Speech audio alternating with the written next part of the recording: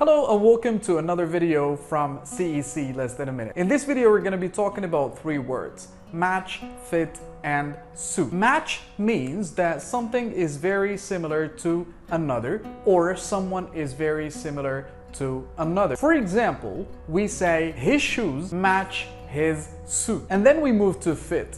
Fit means that something is perfect in size, okay? So fit talks about size. It doesn't necessarily mean that something looks good on someone. We say, for example, this suit fits you. And then we move to suit.